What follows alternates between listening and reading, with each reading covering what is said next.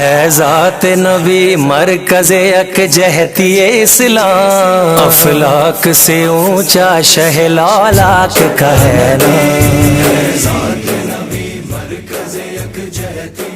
اعوذ باللہ من الشر الشیطان اللعین الرجیم، بسم اللہ الرحمن الرحیم، الحمدللہ رب العالمین، الصلاة والسلام علی اشرف الانبیاء والمرسلین وعلی آلہ الطیبین الطاہرین المعصومین المظلومین وصلی اللہ علی محمد وآلہ الطاہرین۔ سب سے پہلے آپ تمام شرکائے محفل، اکابرین ملت اور تمام سننے والوں کو آج کے اس عظیم دن کی مناسبت سے ہدیہ تبریک عرض کرتا ہوں۔ اس کے بعد میں تقریر نہیں کروں گا، چند ایک گزارشات ہیں۔ اکابرین ملت تقریر کریں گے، فضائل محمد و آل محمد بیان کریں گے۔ میں ایک اسٹوڈنٹ آرگنائزیشن کی نمائندگی کرتے ہوئے، ایک ملک گیر اسٹوڈنٹ آرگنائزیشن جہاں پر پورے پاکستان کے تمام علاقوں میں جانے کے بعد، تمام اداروں بالخصوص تعلیمی اداروں میں جانے کے بعد چند ایک گزارشات کی۔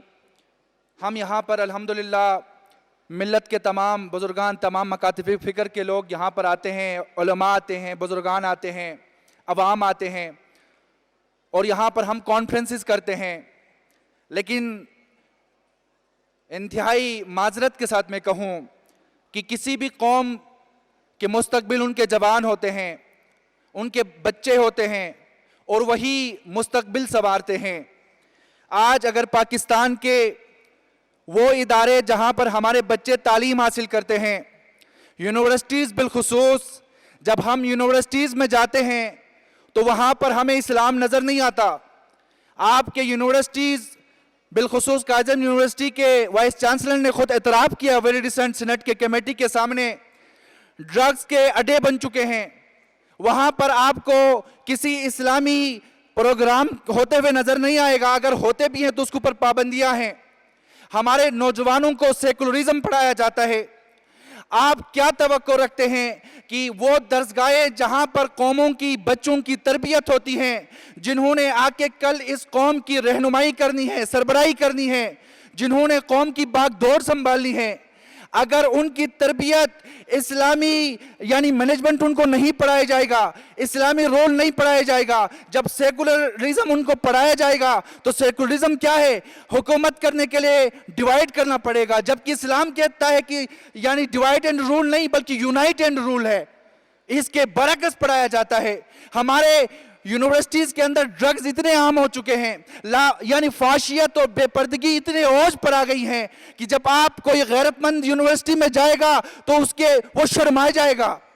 آج اگر ہمارے یونیورسٹیز، ہمارے اداروں کے اندر بالخصوص حکومت پاکستان کے اچھے اقدام ہے کہ رحمت اللہ عالمین کانفرنسز کرواتے ہیں، لیکن میں پوچھتا چاہتا ہوں، مجھے پاکستان کی کوئی ایک میڈیا چینل دکھائیں جہاں پر کوئی اسلامی مووی چل رہی ہو۔ ہر طرف بے حیائی پھیلائی جا رہی ہے۔ ایک بچہ جب صبح سکول کے لیے نکلتا ہے تو سائن بورڈز پر لگائے گئے وہ فحش اور بیہودہ تصاویر دیکھنے کے بعد جب وہ اس کی ذہن اس انداز کی بنے گی تو مجھے بتائیں کل وہ اپنی نسل اور اپنے خاندان کی تربیت کیسے کرے گا؟ کس کی ذمہ داری ہے یہ؟ میں اپنے اکابرین سے گزارش کروں گا، ملی یکجہتی کونسل سے گزارش کروں گا، اور حکومت کے نمائندگان یہاں پر بیٹھے ہیں آپ سے گزارش کروں گا کہ ریاست مدینہ ایسے نہیں بنے گی۔ اگر آپ کی یونیورسٹیز ڈرگز کے مرکز بنیں گے، فحاشیت عام ہوگی، سیکولرزم بڑھایا جائے گا۔ مجھے بتائیں ہر انگریز کے نام پر پی ایچ ڈی ہوتا ہے، محمد رسول اللہ کے نام پر پی ایچ ڈی کیوں نہیں ہو سکتا؟ کیوں نہیں ہو سکتا اہل بیت علیہ السلام کے نام پہ، اصحاب کے نام پہ؟ لہٰذا میں گزارش کروں گا کہ یہ ایک سینسٹیو مسئلہ ہے، بہت سیریس مسئلہ ہے۔ آپ اس وقت یونیورسٹیز کا دورہ کریں گے، میں گزارش کروں گا کہ ملی یکجہتی کونسل کی ایک وقت آپ جامعات کے دورہ کریں، تب آپ کو پتہ چلے گا کہ وہاں پر کیا ہو رہا ہے۔ لہٰذا میں گزارش کروں گا کہ ان پروگرامات کے ساتھ ساتھ اپنے آنے والی نسل کی تربیت کے لیے بھی زمینہ سازی کریں، ان کے لیے سامان پرووائڈ کریں۔ اپنے جامعات کے اندر حکومت سے یہ مطالبہ کریں، ہم سب مل کر نصاب کے اندر ایڈ کروائیں۔ کون سے یونیورسٹی ہے جہاں پر ہمیں اسلام کی کوئی آئیڈیل شخصیت پڑھائی جاتی ہے؟ کہیں پر نہیں پڑھائی جاتی ہے۔ لہٰذا میں گزارش کروں گا